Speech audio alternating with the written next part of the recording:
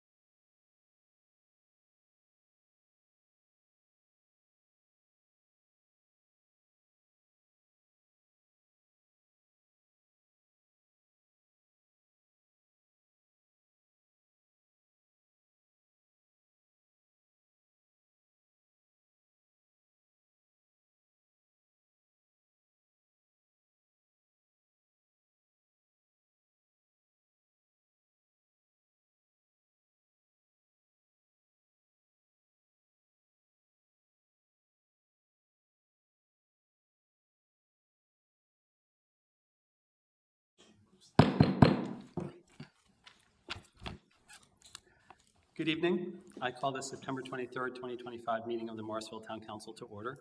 Thank you to those who are here in person with us tonight, those watching via live stream, and those who are watching a recording of this meeting. Our town mission statement, which helps guide our decisions tonight and into the future, is connecting our diverse community to an enhanced quality of life through innovative programs and services. Officer Carrie Davis is our Sergeant-at-Arms for this evening's meeting. We thank you for your attendance.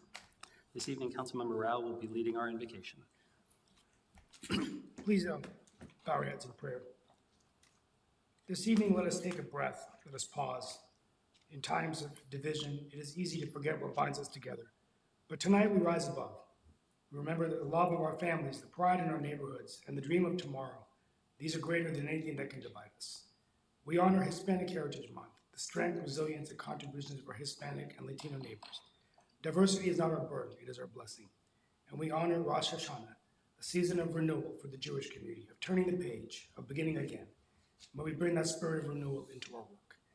And we remember September 11th, 2 weeks ago, the lives lost, the heroes who answered the call, the unity we found as one people. That spirit must guide us still. So let us lead with courage, debate with respect, and serve with humility. Not just building policies, but building trust. Not just projects, but progress. Not just communities, but one common home, a stronger, kinder, and more united nation. Amen. Amen. Thank you very much. All who are able, please stand as we recite the Pledge of Allegiance. I pledge allegiance to the flag of the United States of America and to the republic for which it stands, one nation, under God, indivisible, with liberty and justice for all.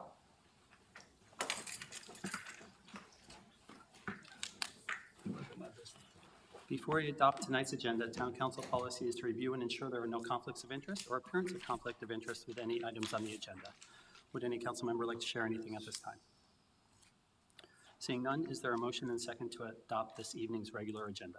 I make a motion that we adopt this evening's regular agenda. I'll second. I have a motion from Councilmember Rao, a second from Councilmember Johnson. All those in favor, please say aye. Aye. Any opposed? Hearing none, that carries unanimously. There are 5 items on this evening's consent agenda. August Town Council meeting minutes approval, ordinance amending Chapter 58, Traffic and Vehicles, and Chapter 66, Vegetation of the Town Code of Ordinances, resolution authorizing GHSP grant award, CPOA authorizing additional town center funding, resolution appointing PZB vice chair. And would any member of council wish to pull any item for discussion? Is there a motion and second to adopt the consent agenda? I'll make that motion. I have a motion from Councilmember Abadi I'll second. and a second from Councilmember Johnson. Thank you very much. All those in favor, please say aye. Aye. Any opposed? Hearing none, that also carries unanimously, 7-0. We have no proclamations read during tonight's meeting. We do have one proclamation listed for reference on our agenda. That's recognizing Fire Prevention Week. Please join us Saturday, October 4th at the Target parking lot of Cary Parkway for Public Safety Day from 10 a.m. until 2 p.m. This is always a fun time for all ages. Next on the agenda is Morrisville Speaks, public comment. I'd like to ask the town clerk, Ms. Bertling, if there's anyone signed up. We have 2 individuals sign up and 1 comment. You have 2 comments at your seat, but 1 individual is here to speak in person. Okay, if we could recognize the people in person first, and then you can read the online comment, please. First up is Suresh Narayan. Okay, so if you would please approach the microphone, stand when your name is called, begin by stating your name and residential address, and direct your comments to the council. Each speaker is allotted 3 minutes to ensure everyone has a fair opportunity to share their thoughts. A timer will start after you state your name and address, and a buzzer will sound when your time is up. We appreciate your cooperation in helping us manage time fairly for all participants. Good evening, Mayor. My name is Suresh Narayan, and my address is 803 Willingham Road, Morrisville. And I've been a Morrisville resident for 23 years. So starting on what I'm here to represent today, I don't know whether I'm frustrated, sad, or disappointed. The reason why I say that is everyone over here in this room, before they get elected or in the chair, they have their priorities. Safety of the people, safety of the public. So I live in Breckenridge, which is, if I'm not mistaken, the largest community in Morrisville. And the homes have been there for 23 years. I've been repeatedly saying that when we build the elementary school in Breckenridge, that we will adhere to all the rules and regulations of a school zone. Till date, we do not have a speed radar. It's been 13 months since I raised this issue, and nothing has been done. I've been told about 2 months back that the police cannot be there every day, every time. I fully agreed about that. But what is stopping us from putting a crossing post where people can press the button and the lights will flash? Or putting a speed radar? At one time, I had spoken to Mr. Khaled. I think that's his name. And he told me, I'm going to visit over there. And he called me and said, everything is fine. I said, come on, let's stand here and I'll point out what are the things that are not right. They forgot to turn the flashing lights in the school during the school time. Number one, that got fixed. Thank you. Second was, they did not put any time zone when they have to adhere to this 25 miles speed limit during the school hours. They did that. Thank you once again. But my point is that what I'm trying to make is, we are here talking about public safety. We talk about all the safety on the main roads, which is handled by Department of Transportation. And we have the biggest community where we have, it's a big blunder that's happening. So what has happened till date? I have not got a response back. When Chief Acosta left, he sent me an email that everything is in progress and we will get it installed. He has gone about 2-3 months back and nothing has happened. Then Mr. Jeffrey Brown, he told me the equipment has arrived and we will install it soon. 2 months have passed. So what is the priority? Who is taking the responsibility? I don't want passing the buck kind of deal. It's not my job, it's his job kind of deal. We need to get this resolved. The third one is, why are we putting the, give me a minute. Why are they Yeah, putting just the please signs? finish that thought, sir. Pardon me? Please just go ahead and finish that thought. Yes, I'm just finishing the thought that we need to be not putting signs in the wrong place. We right now have a sign which is running in tandem to the existing one near the clubhouse, 150 feet apart. I did not ask for that. I asked at Corsair and Mamington. I hope somebody will take it really serious before we have an accident, that they will put the right post at the right place. Thank you, sir. Thank Appreciate you. your comments.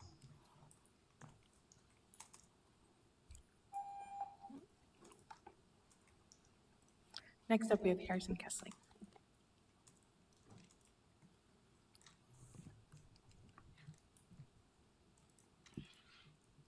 Hello, my name is Harrison Kessling, and I live at 402 Mannington Drive. I'm speaking in strong support of the Morrisville in Motion Safety Action Plan that will be presented later this evening. I'm not sure if I can say that I applaud the commitment to achieving sustaining zero fatal and serious injury crashes in Morrisville, given the last public comment, but I appreciate what is included in the plan. I want to emphasize that street design is often the most important factor in crash prevention and pedestrian safety. This is not about how many signs are put up, how many tickets are written, or how many public service announcements are made. If a street is designed to feel like a highway, people will drive it like a highway, even if the speed limit says 35. This is true of Morrisville Parkway, McCrimmon Parkway, and Morrisville Carpenter Road, where wide lanes invite dangerous driving. I worry that the Airport Boulevard Extension project will have similar issues, especially as it bisects the Indian Creek Greenway and Town Hall Drive, as well as pass by 2 K-12 schools. Additionally, there's a major barrier that must be addressed.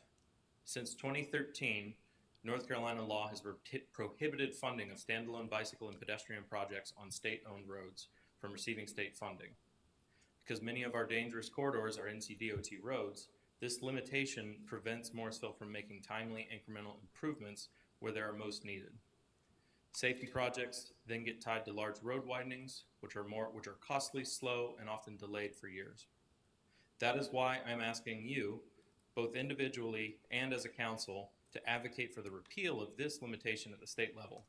Doing so would give Morrisville the ability to act directly on the recommendations in the Safety Action Plan to build sidewalks, safe crossings, and bike facilities where they are needed most, without waiting for massive state-led projects. By adopting this plan and calling for policy change at the state level, Morrisville can match its commitment to Vision Zero with the tools to make it real. And we can design safer streets, reduce risk in our most dangerous corridors, and ensure no one has to lose a loved one in Morrisville roads. Thank you. Thank you. And we had one emailed comment remaining. Tim Toderty, 129 Vista Brook Drive. The intersection of Davis Drive and Morrisville Carpenter Road is a clear hazard to both motorists and pedestrians. The town has acknowledged this on several occasions by posting electronic signs advertising caution and designating it as a high crash area. This is a laughable solution to a problem that residents foresaw and rallied against with each new construction project. While our effort to avoid the issue fell on deaf ears, now that we have it, I would ask that council not exacerbate the problem by allowing protesters to distract drivers with signage, offensive chants, and calls to honk horns. The collective disruption is likely to make a dangerous intersection even worse. Naturally, people have the right to their opinions, but I would ask the council to secure an area for their expression that is less likely to cause accidents. Thank you. Thank you very much. Was there anyone else in the audience who wanted to address this body for up to 3 minutes on any subject of your choosing? Okay, thank you very much.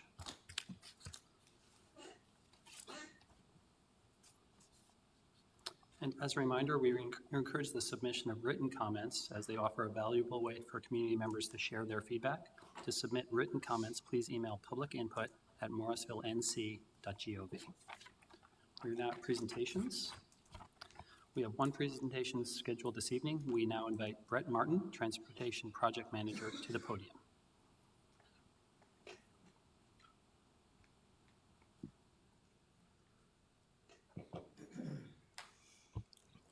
All right, can you hear me? Yes, I can hear myself.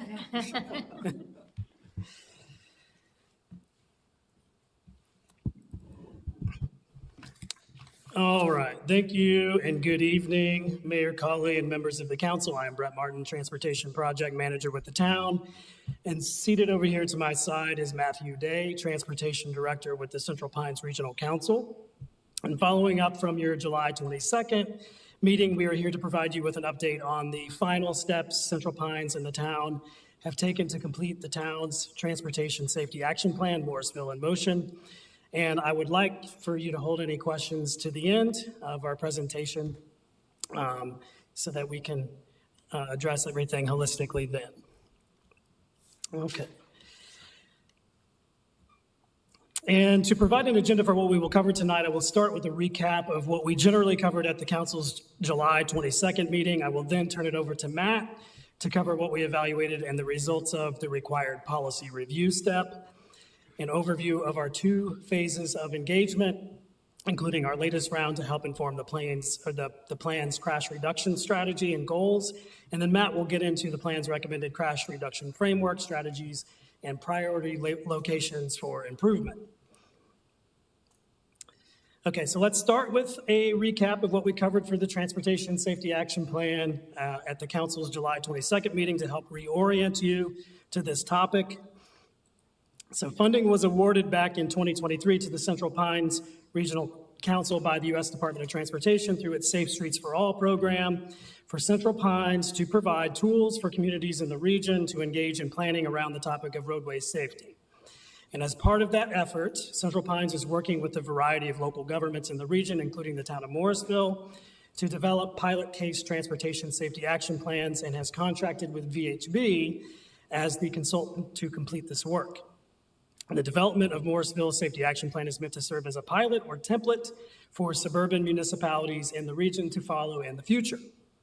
In 2024, the town and Central Pines executed a memorandum of understanding to complete Morrisville's plan, with the town agreeing to contribute $13,000 toward the local match for the $250,000 of US DOT grant.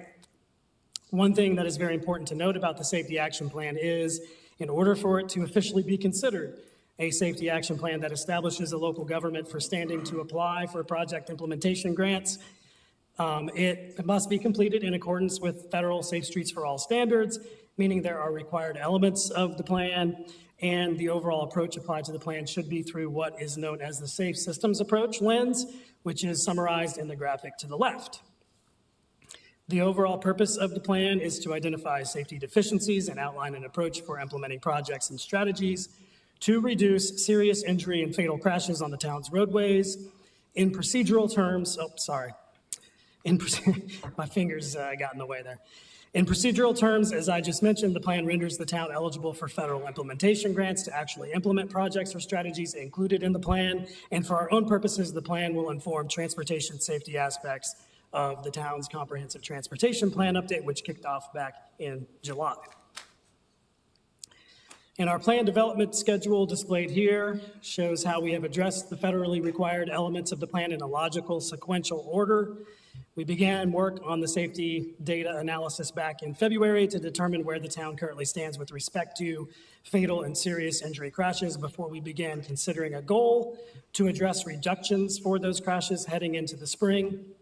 We carried out our first public engagement effort in June, and then heading into July, we carried out a review of the town's current policies, plans, guidelines, or standards to identify opportunities to improve prioritization of transportation safety.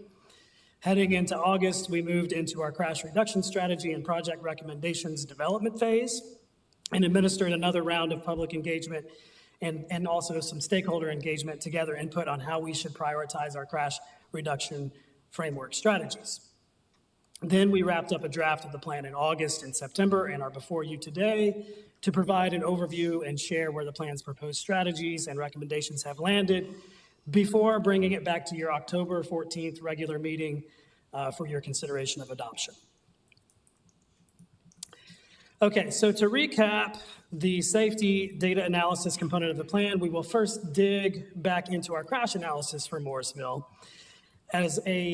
So at a smaller community scale, such as for Morrisville and for our plan, the analysis focused on physical crash typologies, such as, for example, angle crashes or rear-end crashes.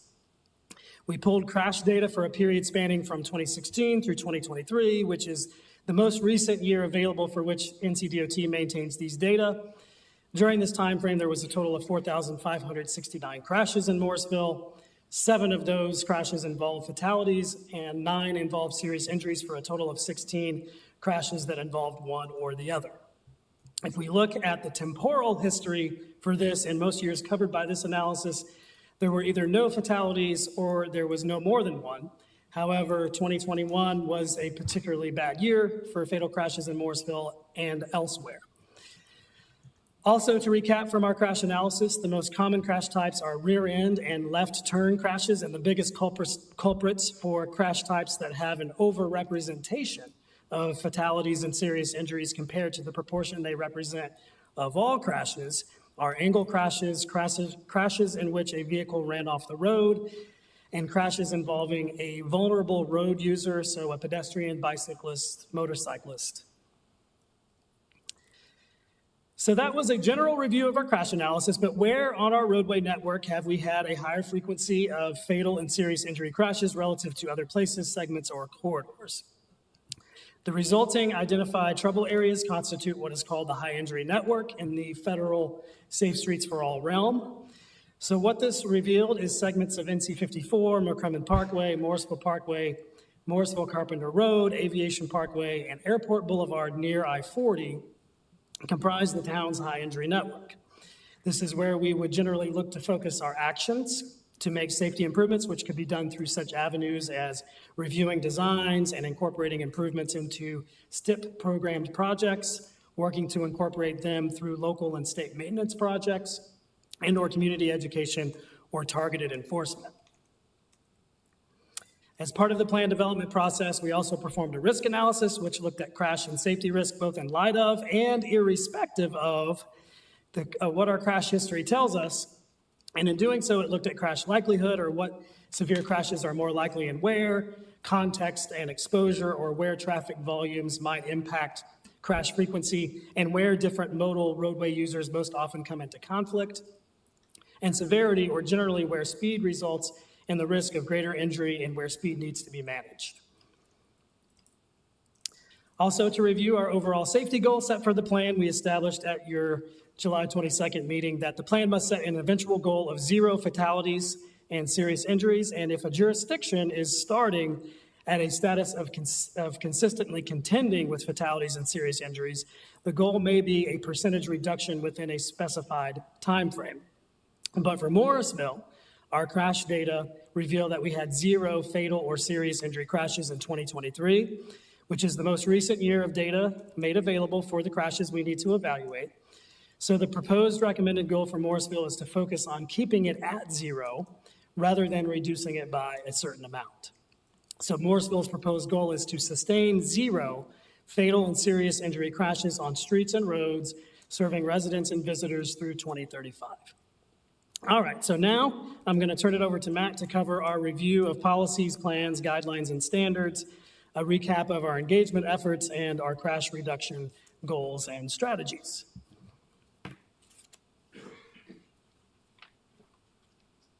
All right.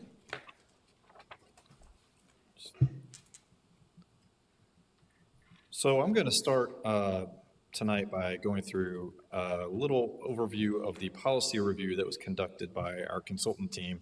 And this really was looking at existing plans and policies that the town had previously adopted. So things like the 2019 Comprehensive Transportation Plan, the Intersection Improvement Study from 2021, TOD Sub-Area Plan, the town's Engineering and Design Construction Manual, Morrisville Parkway Access Management Study, the Unified Development Ordinance, and the Land Use Plan from 2021. So looking at all of those existing documents, just to see sort of what safety-related policy items were in those, and then sort of what other potential opportunities might exist for other policy sort of safety-related policies that the town could consider in the future. So in those existing plans, if you look at the left side, there were things in there related to location-specific safety strategies, safety-focused roadway projects, a lot of focus on multimodality, so different modes of transportation, and then also some guidance specific to things such as roundabouts, raised medians, trail roadway crossings, raised crossings, and decorative features. So those are all sort of good things that you've already got on the policy side to kind of set you on the path toward thinking about safety. The consultant also identified some opportunities of future potential policy things you might consider looking at. So things like looking at speed management, vehicle safety, post-crash care, and safety education strategies. And that kind of all goes back to that safe systems approach that is mandated by the federal level. Those are all sort of different strategies that are part of that approach. And then also things like potential to have specific guidance on things like widened shoulders or all-way stops, pedestrian crossings, lighting, crossing countermeasures, road diets, those kinds of things.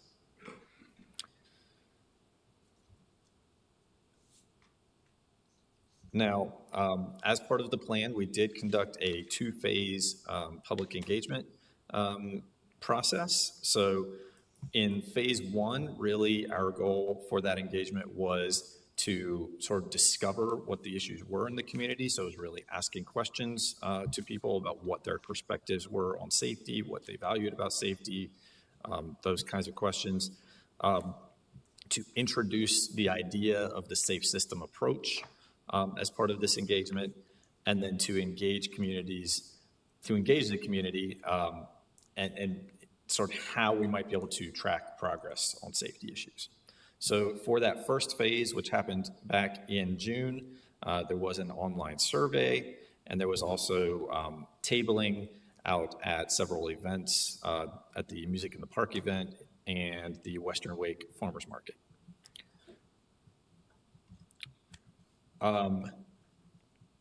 For the second phase of the public engagement, we really kind of focused more on refining what that framework for strategies for how we might reduce crashes in the future would work and how to prioritize those goals and strategies. And really starting to have some discussion about individuals' commitments that they can make towards being safer users of the roadway system. So for that phase, we did have a stakeholder meeting with town staff internally to inform sort of from a town staff perspective what those strategies might be, as well as several tabling events at S'moresville and at the farmers market again, and also an online questionnaire. And through the 2 phases of public engagement, we did have contact with 64 different participants. And really, some of the top priorities that we saw come out of that engagement were the need to promote safety benefits and to improve safety at unsafe locations. I think that second one kind of is somewhat obvious, but it's good to get things confirmed. And then also some additional priorities that came out of that were improved traffic enforcement, community education, and signage.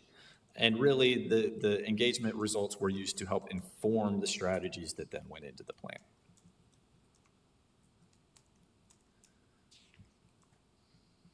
So the plan is built on a framework of 5 sort of high-level goals, and then under each of those goals, there are a number of strategies for how the town might achieve that goal.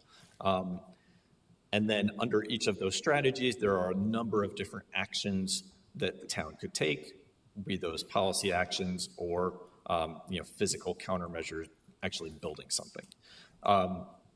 That's sort of the overall framework for how the plan is set up.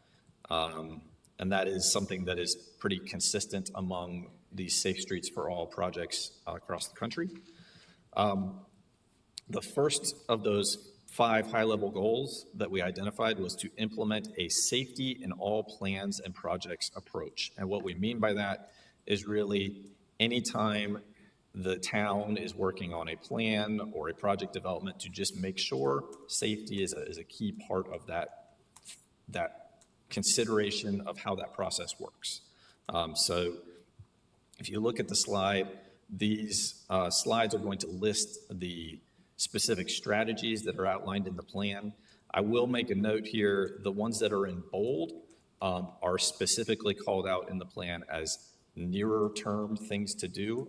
This is a plan that is looking out to 2035, but these ones that are in bold, these are more the things that need to be focused on more in the first 5 years. So things such as coordinating with NCDOT to identify and prioritize safety needs for near-term implementation, performing speed studies, setting budget targets for safety projects, and revisiting the multimodal network plans.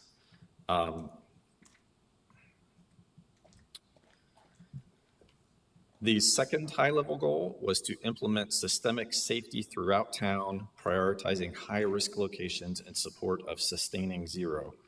And really, if you look at the specific strategies that were tied to this goal, a lot of this really focuses on the highest risk, since you don't have a ton of crashes that have happened, and that is a good thing. This is really more looking from a risk perspective, and really from that perspective, some of your highest risk is with bicycle and pedestrian crashes. So you will see a lot of the strategies on here are specifically related to bicycle and pedestrian issues.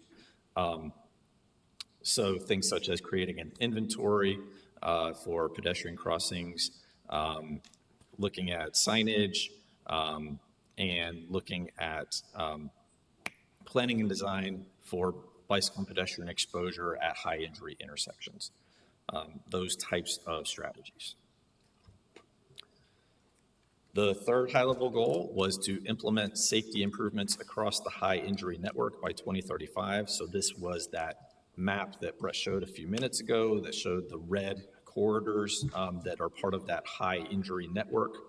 And really, the sort of near-term strategy coming out of this goal is to do road safety assessments on those corridors to kind of narrow down more specifically what specific improvements are needed on those corridors.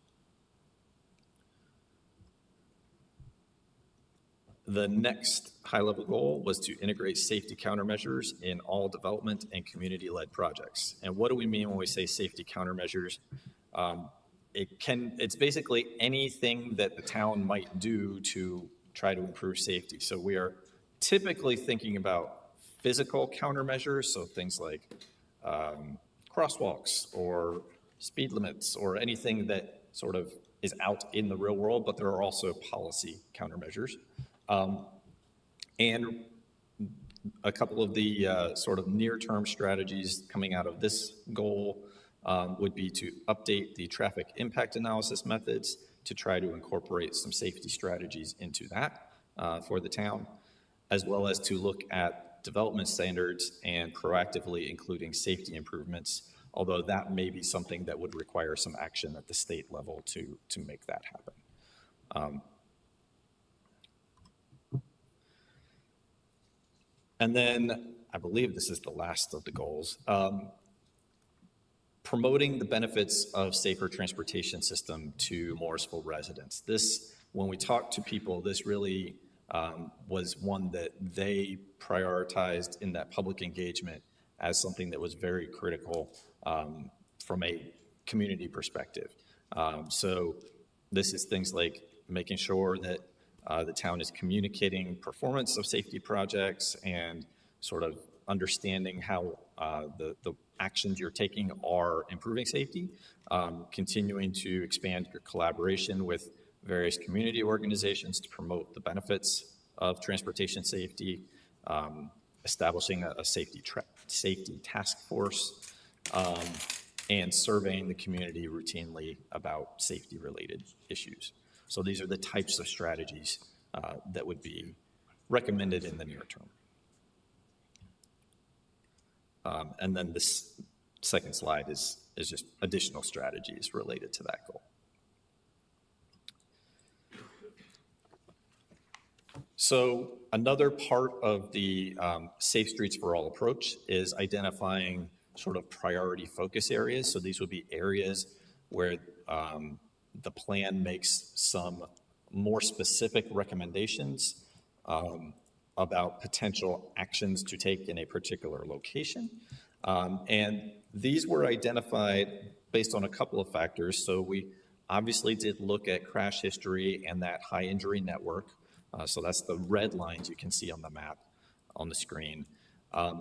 We did purposefully exclude some of those corridors from our priority focus areas list because there are planned projects that are going to be coming up in those corridors in the near future, or there were recent plans done on those corridors, and so they didn't necessarily make sense as the ones to focus on with this plan. So we tried to pick corridors where there was not other planning work already happening. And the ones that were identified as a result of that process were the NC 54 corridor between McCrimmon and the Aviation Morrisville Carpenter intersection. That 54 Aviation Morrisville Carpenter intersection by itself, as well as Davis and Morrisville Carpenter and Davis and McCrimmon. Those were the sort of key areas that we just chose as the priority focus areas to develop more specific recommendations. And in the plan itself, there is it's called a cut sheet, similar to what you see on the screen here for each of those locations that has information specifically about the crash typology of that location, what sort of activities are planned in that area already, what potential additional things could be done there as safety countermeasures. And we have similar sheets for all of those identified priority locations. All right. So this information has been presented to you a couple of different times over the course of this project. So back in January, you got sort of the project initiation. In July, you really got the big data presentation with the safety analysis results and the discussion of the goal setting. Tonight, we're reviewing the draft plan with you, and our hope would be that this will come back on your October 14th board for consideration of adoption. And I believe with that, we are open to questions. Everyone held their questions to the end. Does anyone have questions at this time?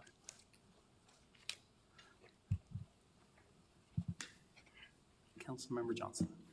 So, thank you both very much. Great presentation. I love, sorry, I'm going to find my page here. The, on what slide it was, where you talk about community engagement on slide 23. I really feel strongly that community engagement is going to be a key to this, to meeting this goal.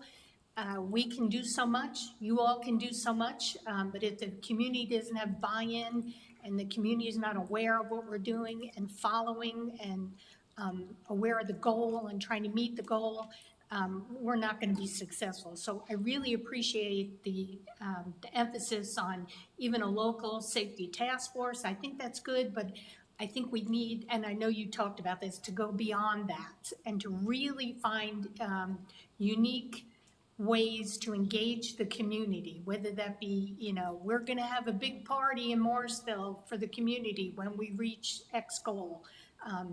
And we could do milestones. It doesn't have to be the overall goal, but I think that really is going to be key. So I'm looking forward to hearing more about that. Is that what will come to us at the next step then? Some more specific ideas? Tell me exactly what we're going to see when you come back again in October. So I don't know if Brett wants to come back up, but this plan itself is a very high-level plan. So aside from those couple of sort of priority locations, it is not going to have a ton of specifics about this location, we need to do this thing. It is intended to kind of set you up as a community to say, these are the things we need to focus on over the next 5 years, and then move on to doing those things. So I think in terms of what you would see next month, aside from any sort of feedback we get from you regarding things you would want to change in the draft, I think this is more or less the same thing you would see next month. Okay, so clearly more to come then. So you're right, isn't this a multi-step process where we need to really understand what we're addressing, and then, thank you for that. Yeah, I like to go right to how we're gonna fix the problem, and let's fix it tomorrow, so I'm jumping there. So thank you for that, I appreciate that. And then the last thing I will say, on your slide 26, where you talked about the, you called them the cut sheets, I like that a lot. I think that is something that we can use to get to what we need to do to really solve this problem for the short term and long term. So I like that as well. So thank you for that. Good luck. Councilmember Fender, followed by Councilmember Rao, please. Thank you. It's a lot of information, a lot of good information. I had two questions. Have you all developed a timeline for implementing these recommendations? Yes, if you look in the plan itself, in the crash reduction framework where we have the strategies laid out, there's near term and long term.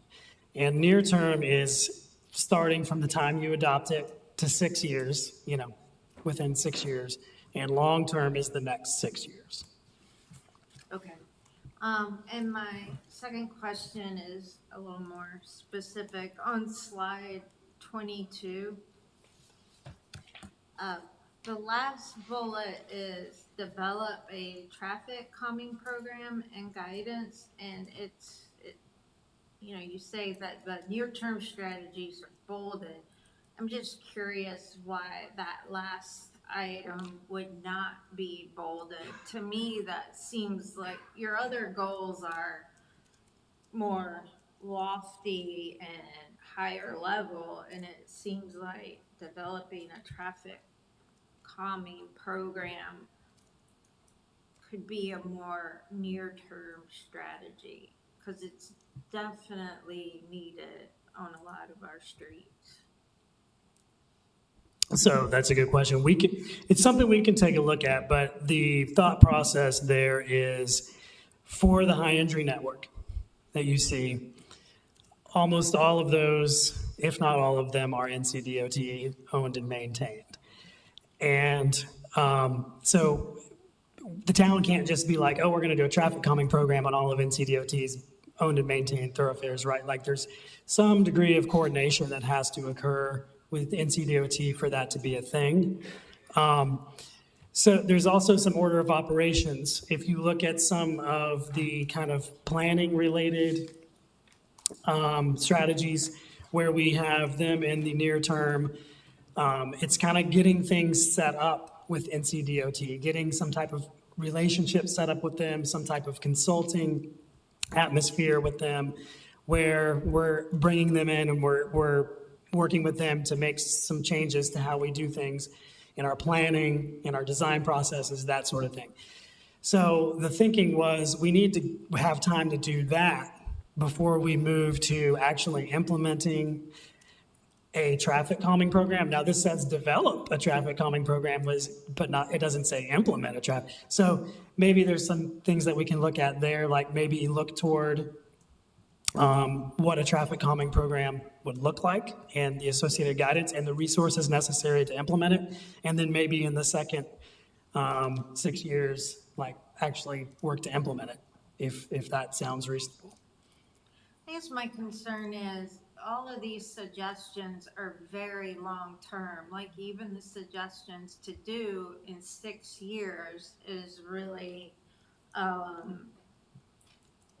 updating development standards. It's not actually implementing some sort of change that is gonna improve our traffic situation, especially at those intersections. I mean, so even if you're in 6 years, you develop these development standards, it doesn't mean how many more years does it take to actually implement something that is gonna improve the intersections? I guess my concern is this is so long-term plan, and we need solutions at those intersections and along Highway 54 today.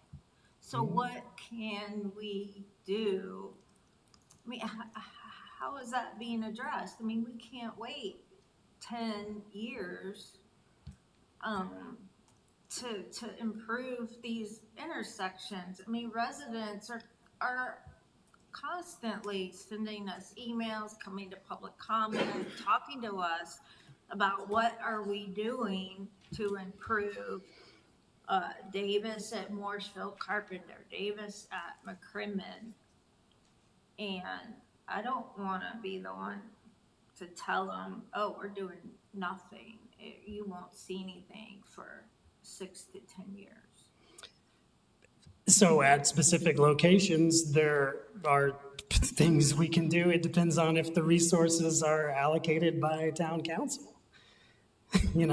These things, actually doing these things and going to NCDOT and saying, hey, we're going to do these things and we're going to pay for it, that's what it takes. Yeah, I understand. Thank you. I don't think you could be more clear than that. Councilmember Rao, followed by Councilmember Rabadi. I think more of a comment than a question. I mean, I think there's an opportunity, maybe you already spoke about this, but we already do smart cities, sensors, things like that. If we could coordinate with DOT to get the crash data so that, just like we have a smart city dashboard in our parks that's showing us like when the courts are being used, perhaps we could work with the, I know some of these intersections are controlled by the state, so it'd be hard to do that only by ourselves, but I know the DOT's new CIO is Mike Ware.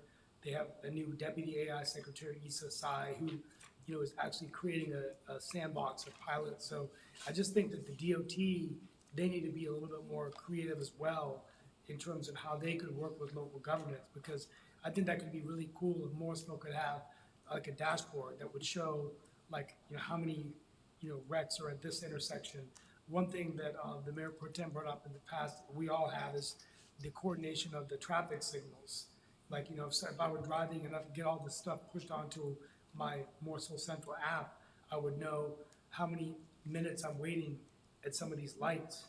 It seems like every year, the time between sitting at, one of the lights, it takes forever. And then near Davis Drive and Morrisville Parkway, we've talked about the crashes, that flashing yellow light with the blind spot.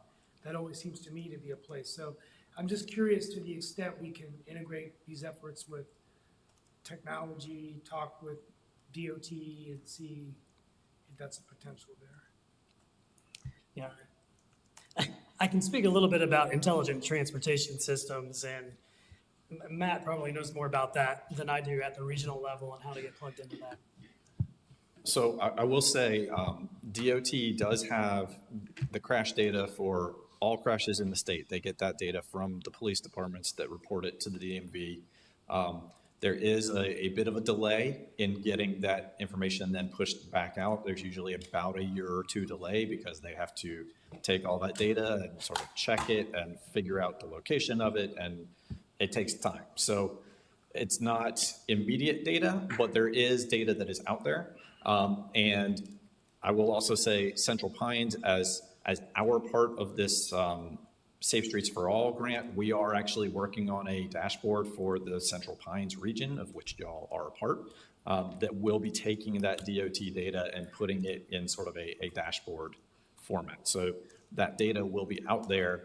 It's a little bit dated. It's not, immediate. That's the problem, is that the data, and I'm just, my last point is that's exactly the frustration, is that in the world that we live in, getting data in a real time, instantaneous. So that's where it's hard for me to understand, why is there such a delay in getting that data? And even when the council and future councils are gonna be planning for road intersections and planning, the data that we get, sometimes I'm concerned, isn't the most instant data, real time data right in the moment. So I guess that's just a process that we're just gonna have to figure out with, I think there's a new secretary now. Who's the new secretary's name is?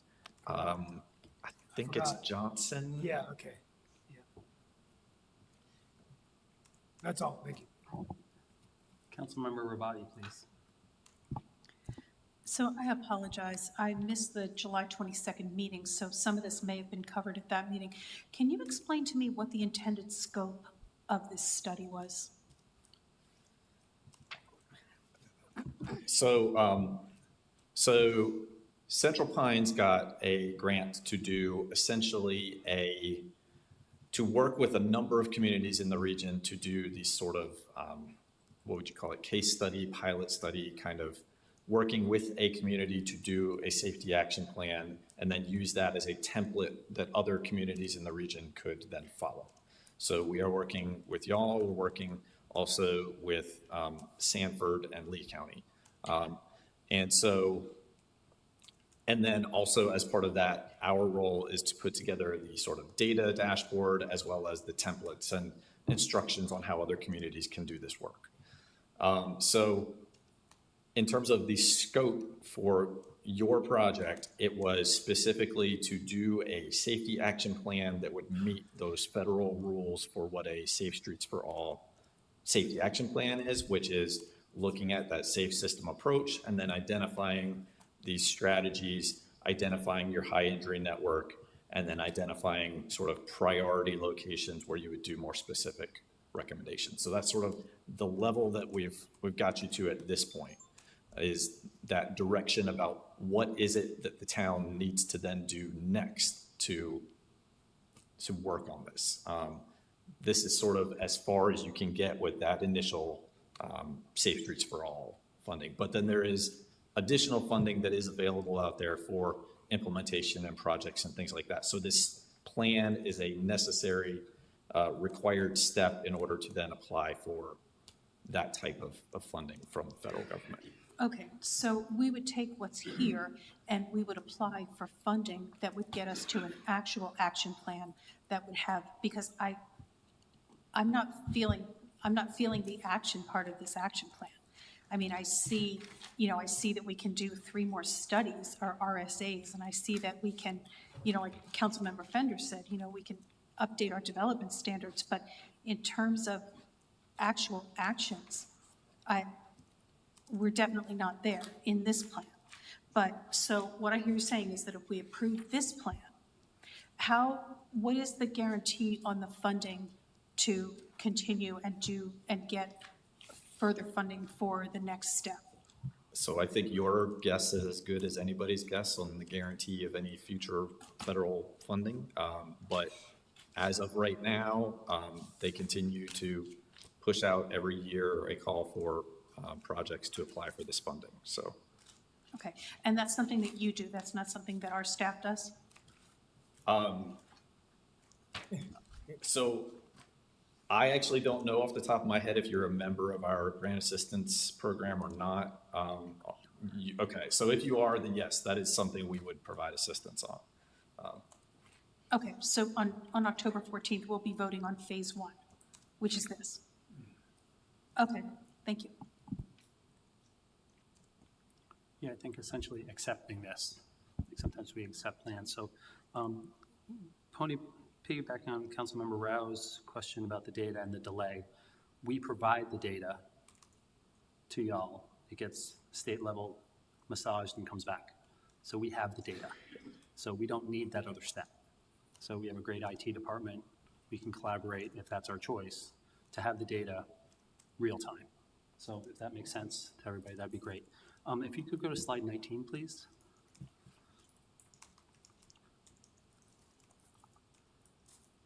So we started to go through all of these, and you bolded some of them, but are these in any kind of priority order, like what's most viable, what can be done sooner, or anything like that? That would be helpful to me. So they were specifically not put in any kind of order.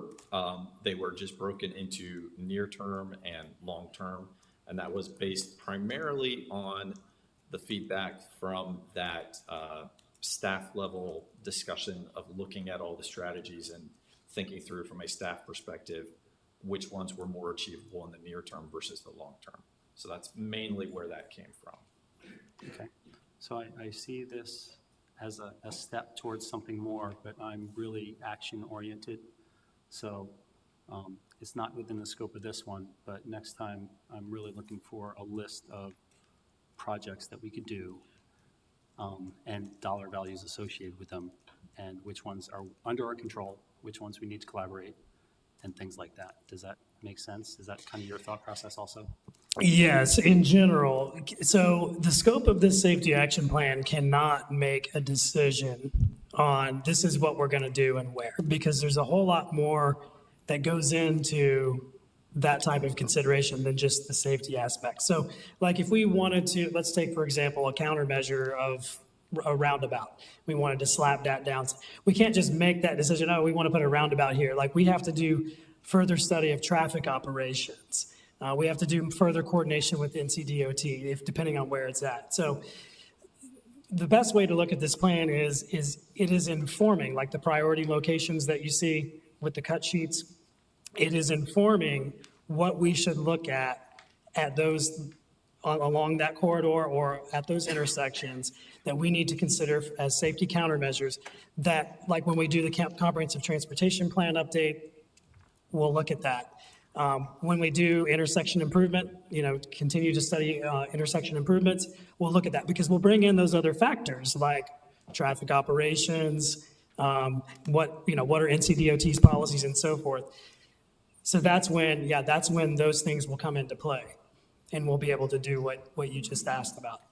So one specific one would be taking away the blinking yellow arrows, essentially, at Morrisville, Carpenter, and Davis, because that seems to be perception from those neighborhoods that that's a problem. So it needs to be full green, protected, or red. They feel that those blind spots are causing a problem, so that would be one of the later things to maybe think about, right? Given where we are in the plan. Yeah, just keep in mind, so specific things like that are not things that this plan is looking at. Right. Right. That's signalization, that's, how are we potentially impacting or not impacting traffic operations with a change in signalization, that sort of thing. So, those things can be solved outside the realm of the safety action plan, or even really the CTP. I think it depends on what level of safety countermeasure or action we're looking at, that drives what our process needs to be. Okay. And one thing, since our data is so small for fatalities, I'd be interested in knowing just where the crashes are, the injury crashes as a thing. So I'd like to recognize, would anyone who hasn't spoken yet want to speak before we do a second round? Okay, Councilmember Fender, please, followed by Councilmember Johnson. Oh, see, I can't see it when it's not facing me. Mayor Pro Tem Garamella.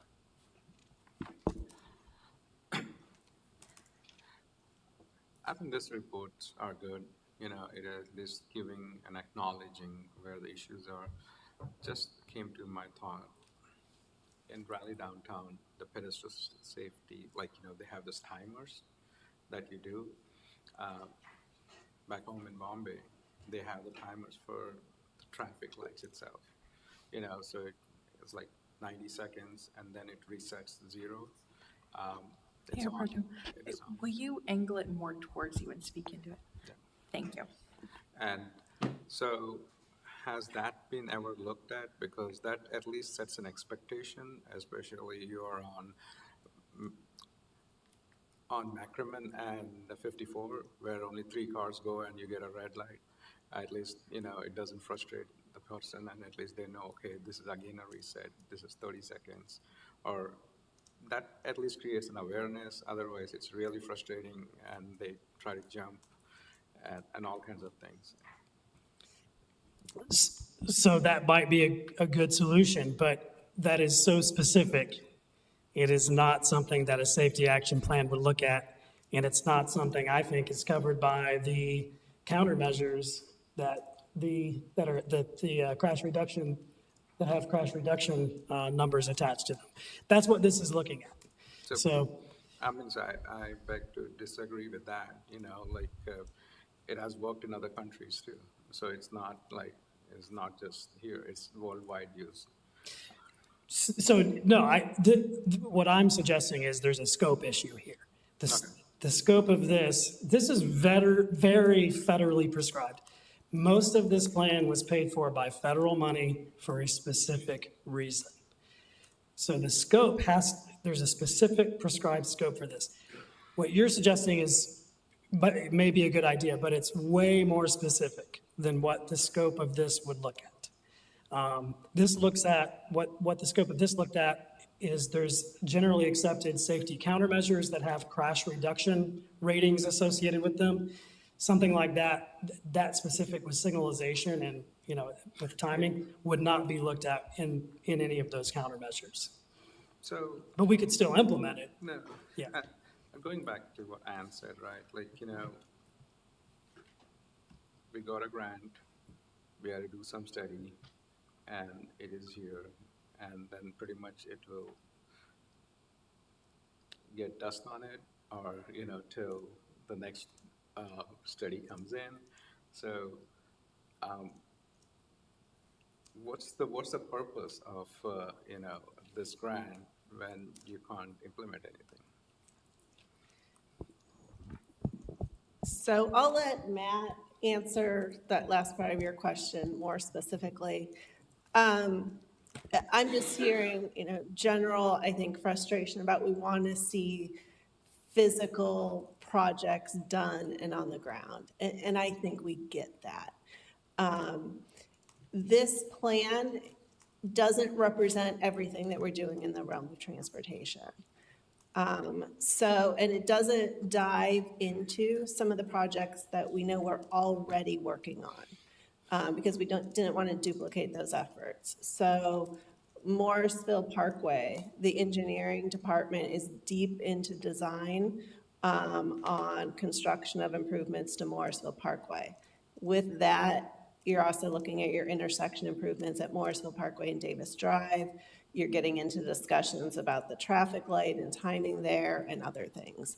So that is something that is in the works actively, staff time actively dedicated to that to move forward. With NCDOT projects, McCrimmon, NC 54 widenings, both slated for February of 2027. Some of the intersections that are called out in here as part of your high injury network, there are finalized plans and designs for rework of those intersections.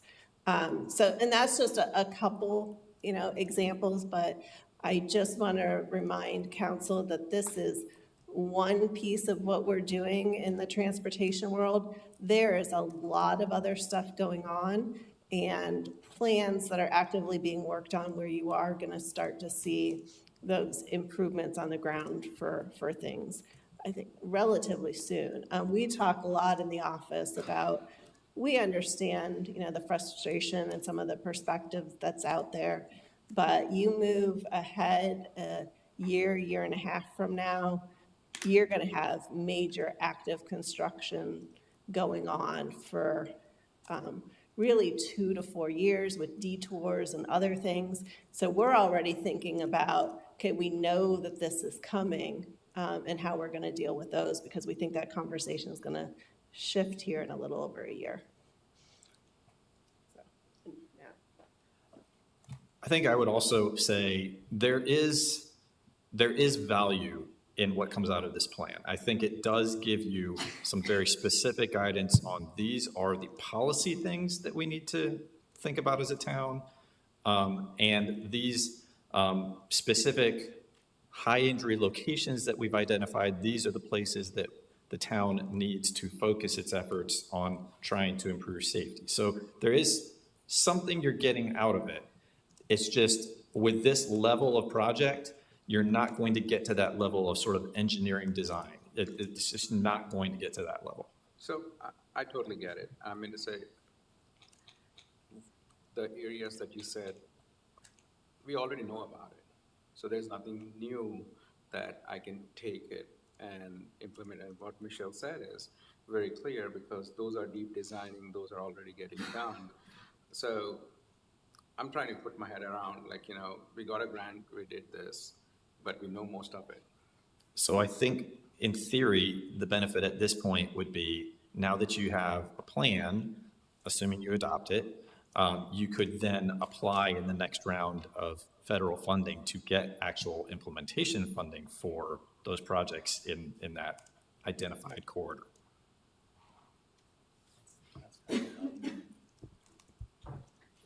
Yeah, I mean, one thing to keep in mind with all of this is there's a whole bucket of federal money out there that the town would have absolutely no standing to go after if you didn't have this plan.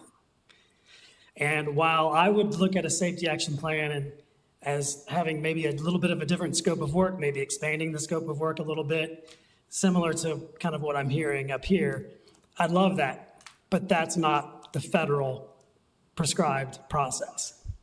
So we can do a lot more if we want to generate more specific actions and what exactly is going to occur where on what timeline. But that costs more than a $250,000 grant to cover 2 communities and the $13,000 that the town contributed. That's fine. what you get and what you pay is what you get the reports from. So get it. It very much sounds like that's the next step. Councilmember Fender?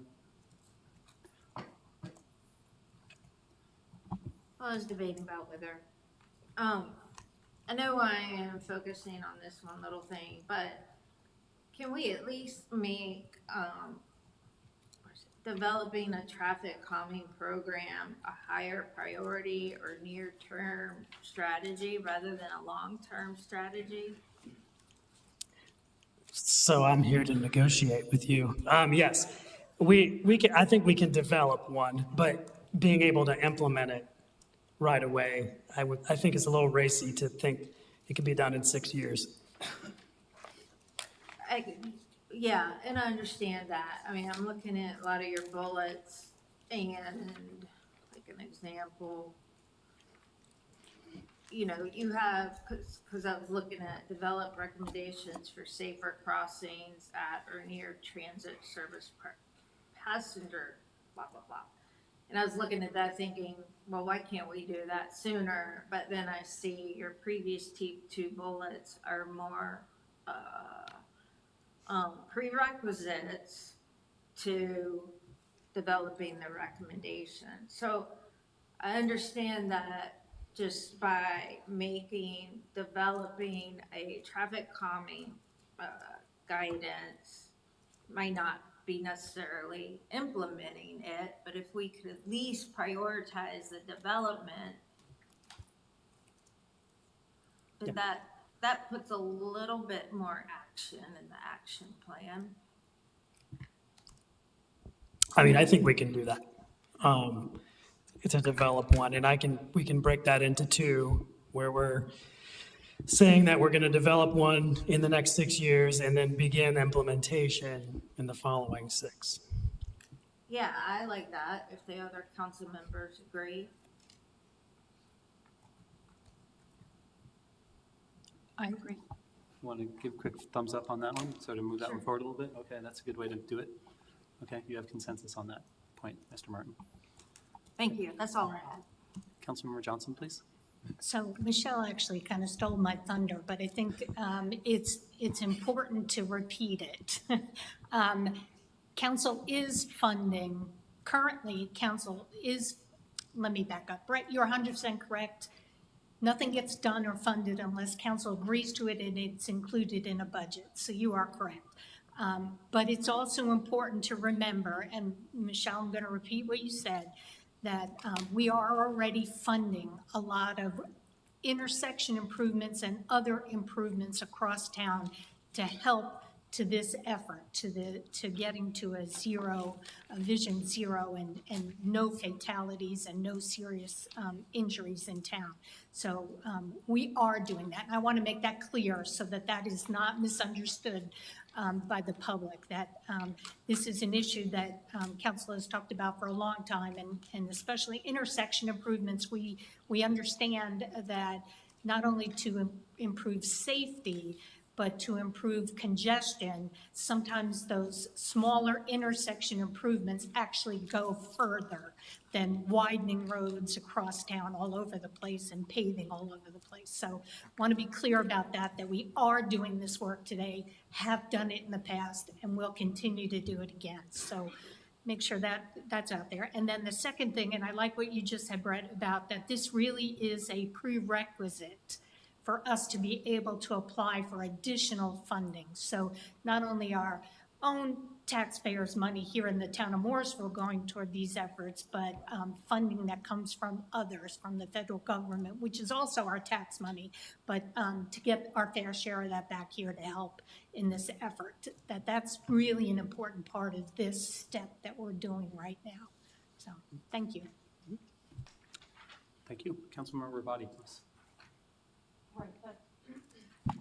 Right, but to your point, Liz, this plan is so extremely preliminary that we could literally devote the entire next budget to it, the whole 68 million or whatever it is, and nothing would happen that would appreciably affect a user's experience of Morrisville roads. I think that's yes, there are tons of projects coming up, but this plan is literally driving none of them, you know? that's, I mean, I understand it's a prerequisite that we have to have it, but I'm really hoping that we can sooner rather than later beef this up into something that's going to actually help people that are driving on Morrisville roads. I think we all agree with that.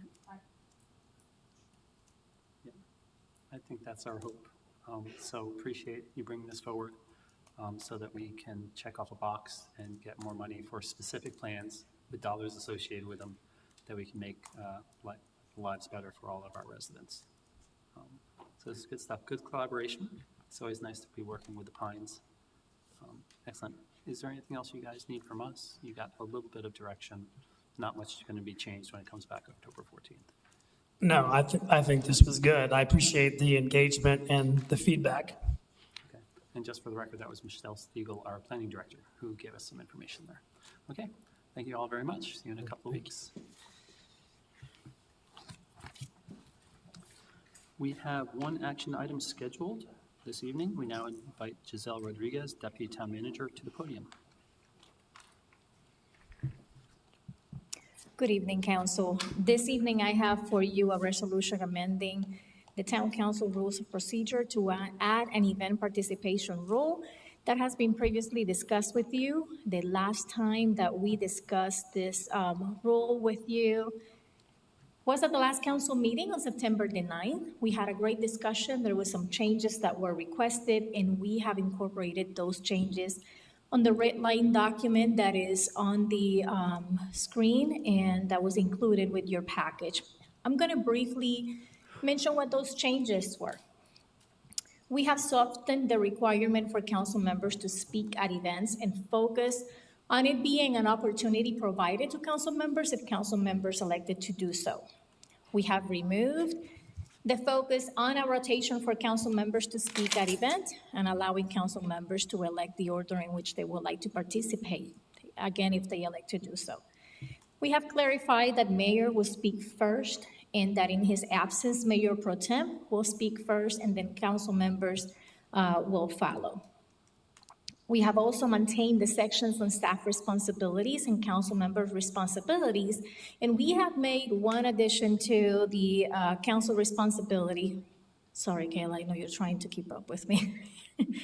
On G1, and that is essentially added that if a council member receives an invite that was not sent to the entire council, that council member will request to the organizer that they invite the entire council and will also alert the town clerk so that an invite can be provided. You have also been receiving invites from the town clerk for those events that are not only from town events, but from external events, and we will continue to do that. And we have added that as a responsibility for staff, also in the same document. So those are the changes, the major changes that have been incorporated into this document. We have provided to you the draft version and a clean version, and also a red line version with your packet.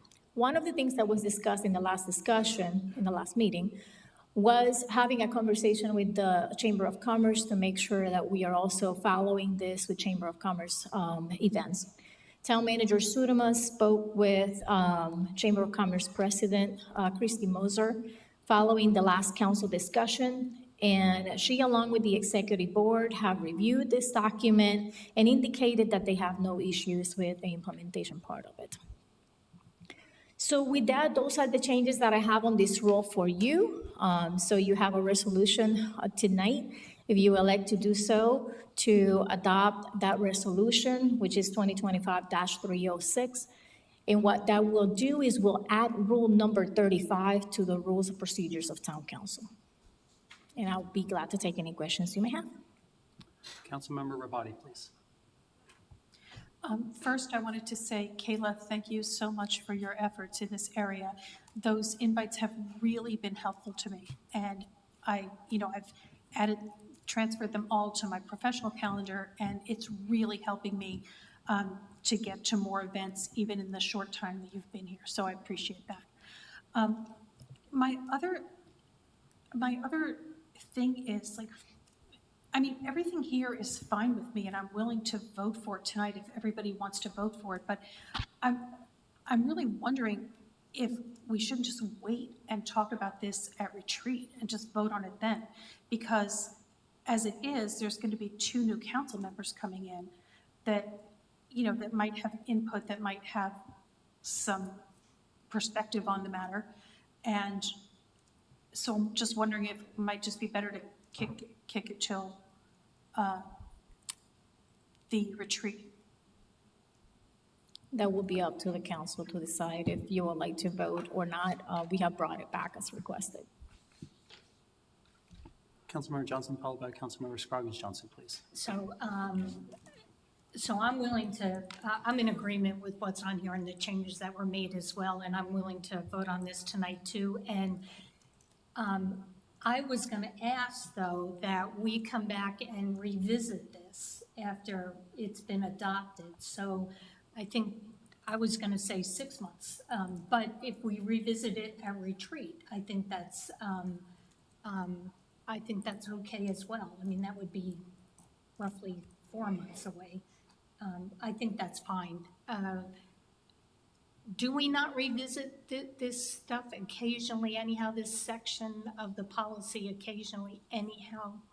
There are policies that are revisited. I think there have been multiple updates that have been made, particularly to the rules and procedures over the last year. So definitely there's any content in here that council members kind of like to review. So thank you for that. And I think we also, don't we do an ethics every retreat? We talk about ethics. Why don't we just bring this up again too and have everybody, have it available for everyone to have a view at and see if anything needs to be tweaked. Do it along with that at the same time. I think that's fine. There's a lot, besides this Rule 35, there's a lot of information in here that probably we should be reminded of occasionally. So if that goes along with our ethics statement and the sheet that we have to sign, I think that would be really a good idea, quite frankly. Councilmember Scroggins Johnson. Councilmember Scroggins Johnson. It's nice to hear you. I believe that this policy has been reviewed several times and discussed in a few meetings that I'm prepared to vote for it tonight, but I do agree that it's something that could be revisited on an annual basis at the retreat of the town council in the January timeframe as it relates to ethics as well. There's quite a few things that the council looks at on an annual basis, and this would just be one more, in my opinion. Thank you. Okay, seeing no other comments, I'd entertain a motion to adopt. I recognize Councilmember Johnson. I'll make a motion to approve Resolution 2025-306-0 of the Morrisville Town Council, amending the Town Council Rules of Procedure to add Rule 35 addressing event participation. I'll second that motion. Motion from Councilmember Johnson, second by Councilmember Rabati. All those in favor, please say aye. Aye. Any opposed? Hearing none, that carries unanimously 7-0. Thank you to staff for taking the time to work through that. We are now at item 12. For a full listing of our events, please see the town calendar at www.morrisvillenc.gov. I did mention that we have something coming up for our safety day. Moving on to council comments, Councilmember Rabati will share first and will be followed by Councilmember Fender. I wanted to thank the town staff for an amazing International Day. I really enjoyed it, and it just gets bigger and better every year, and that's exactly what we want, so that was fantastic. I think that's it. Thank you. Okay, Councilmember Fender, followed by Councilmember Rao. I have no comments. Councilmember Rao, followed by Councilmember Scroggins Johnson. Yeah, just a great international festival. Lately, we've had a lot of really great presentations of youth, so I want to thank Tata for the robotics presentation. I had to leave early, but that was great. The Save a Remembrance event at the HSNC the weekend was really, really nice gesture. I want to thank Chief Rosser and Chief Dooley for being there. And then yesterday was a National Child Passenger Safety Day. I missed the press conference, but it was a really good turnout of folks coming to get their passenger seats. So just want to thank everyone. And the final thing is just a reminder to our anyone in technology, there was an AI State of the Union address in Durham that I attended, but there's a Connected Communities Conference, part of the All Things Open Conference, if you want to go and learn about smart cities, and that's going to be at the Raleigh Convention Center on October 14th. So you can get information on all things open AI. So that's all I've got for tonight. Thank you. Councilmember Scroggins Johnson, followed by Mayor Pro Tem Garamella. No comments, thank you. Mayor Pro Tem Garamella, followed by Councilmember Johnson. No comments. Councilmember Johnson, followed by myself. No comments. I have some comments. I want to say thank you to our wonderful staff, countless vendors, and our Morrisville families for our international festival on Saturday. Earlier that day, I had a lot of fun representing Morrisville at the Asia Fest in Cary, and our team actually won our Dragon Boat race, and we have room in our boat for y'all to participate next year if anyone is interested. Tomorrow at 4:30 p.m., a dream decades in the making is becoming a reality. We will break ground on Morrisville's Town Center, the future beating heart of our community where we will truly live connected and live well. Thank you in advance to everyone who for years has supported our shared dream for a true downtown in Morrisville. At this time, Councilmember, actually, that was it, except for Deputy Town Manager. Do you have any comments for us this evening? I do have one comment for you all this evening.